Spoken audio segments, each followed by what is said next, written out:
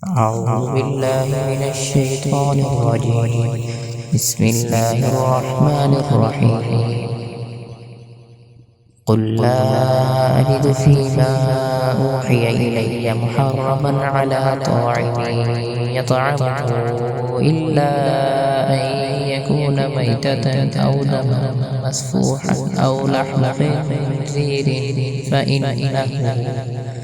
فإنه رجس أو فسقا أهل لغير الله به، فمن اضطر غير باغ ولا عاد فإن ربك غفور رحيم.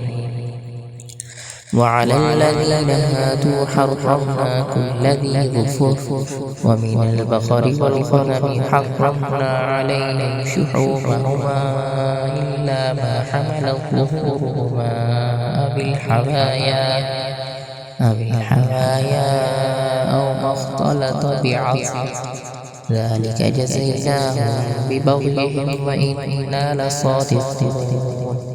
فإن كذبوك فقل ربكم ذو رحمة واسعة ولا يرد بأسه عن القوم المجرمين. سيقول الذين أشركوا لو شاء الله ما أشركنا ولا آباؤنا ولا حرمنا من شيء كذلك كذب الذين من قبلهم حتى ذاقوا بأسنا. قل هل عندكم من علم فتخرجوه لنا؟ إن تتبعون إلا الظن وإن أنتم إلا تخرصون. قل فلله الحجة البالغة فلو شاء لهداكم أجمعين.